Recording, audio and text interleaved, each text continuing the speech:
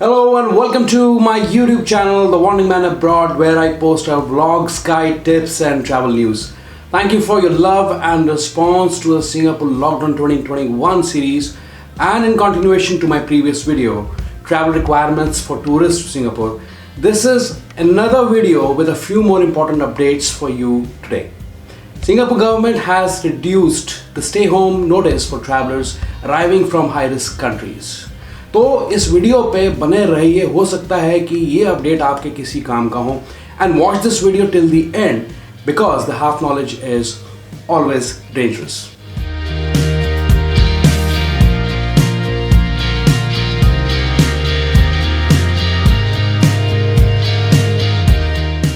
Singapore has shortened stay home notice period for new travelers arriving in the city from high risk countries. जी हाँ, including India. कौन से हैं वो लोग, उनके बारे में बात करेंगे.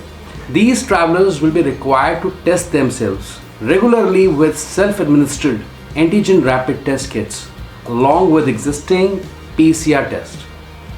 The new testing requirement will be in place for new travelers who arrive from 12 AM on June 27th in the island nation. जी हाँ, कल से संडे से. So I repeat, सभी यात्रियों को एंटीजन और PCR टेस्ट करवाना होगा खुद ही.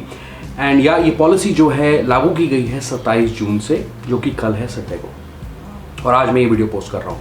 Recently they have started selling covid test kits publicly and people can test themselves at home. तो वहाँ पे जो है अब किसी भी मेडिसिन जो भी शॉप्स हैं, जो फार्मास्यूटिकल शॉप्स हैं, वहाँ पे ये जो रैपिड टेस्ट किट्स हैं, एंटीजन रैपिड टेस्ट हैं या PCR टेस्ट हैं, कि जो पूरी किट्स हैं अवेलेबल है लोगों के लिए. Reportedly since there was very little known about emerging variant of concern including its incubation period until recently. अब ये incubation होता क्या है, कितना मल्टीप्लाई करता है, किस कंडीशन में और कहाँ रुकता है वायरस, इसे कहा जाता है incubation. The Ministry of Health had required travelers with recent travel history to high risk countries places to serve a 21-day stay home notice as a precaution. The policy took effect on May 8th. मई 8 को ये लागू की गई थी. अब जो है notice period जो है, स्टे नोटिस पीरियड जो है, क्वारंटीन पीरियड जो है, that will be reduced to 14 days.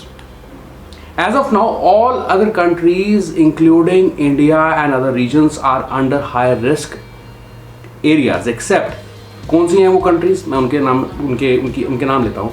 Brunei Darussalam, Australia excluding Victoria state, ठीक है जी.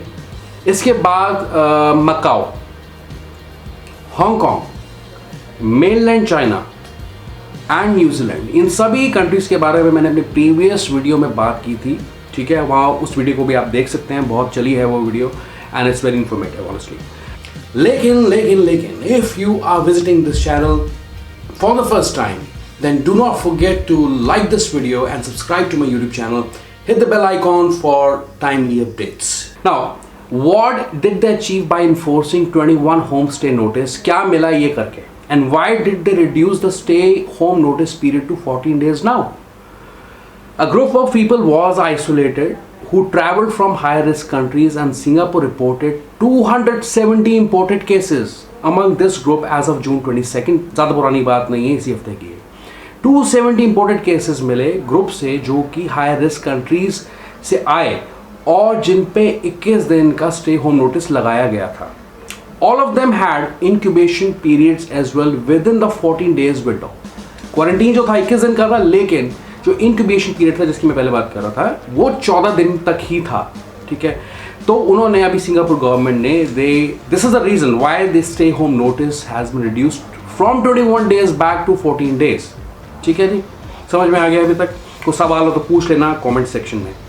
The travelers will be required to undergo PCR test on arrival in Singapore and also undergo the set test on day 14th. ठीक है जी, आपका जो आखिरी दिन होगा quarantine का, before ending their stay home notice. इसके बारे में बात कर रहा हूँ.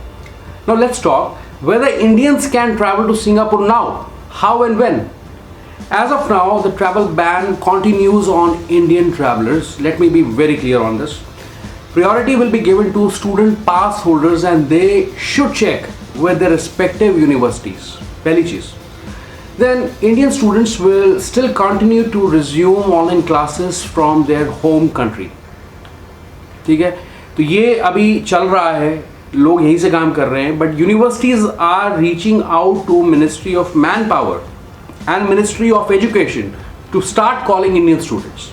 तो इसको टाइम लग सकता है, हाउएवर अभी तक कोई ऑफिशियल न्यूज़ नहीं आई है, but I keep you posted through my upcoming videos, तो बने रहिए।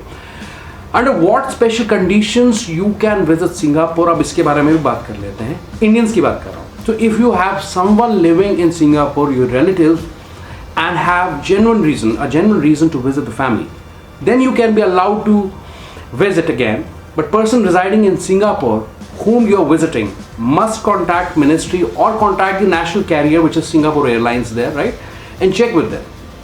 There's no other way Indians can travel right now, जैसे मैं पहले कह रहा था।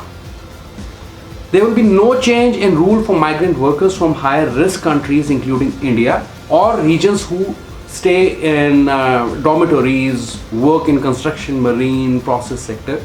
They will be required to spend an additional 7 days at the migrant worker onboarding center. अलग से बनाएगी facility उनके लिए, dedicated facility है। After their initial 14 days stay home notice, this is what Ministry of Singapore is saying. तो अगर आप migrant worker हैं, आप किसी कंस्ट्रक्शन कंपनी में काम करते हैं सिंगापुर में और यहाँ पे वापस अपने देश आए हुए हैं, किसी कंस्ट्रक्शन कंपनी में काम करते हैं, किसी मरीन कंपनी में काम करते हैं, then you are allowed to travel to Singapore. आपकी वहाँ पे डिमांड है, आपकी वहाँ ज़रूरत है, लेकिन आपको एडिशनल 7 दिन जो है एक क्वारंटीन सेंटर में बिताने होंगे। तो आप लोगों के लिए जो स्टे होम नोटिस पीरियड है वो 21 दिन का ही रहेगा। This is it. So this is all in this video. I hope this video was useful, informative, interesting, and if you have liked it, then do not forget to give it a thumbs up for my motivation and subscribe. Stick around for more such videos. Thank you so much for watching this video. मिलते हैं अगली video में और छोटे से अंतराल के बाद। Bye bye.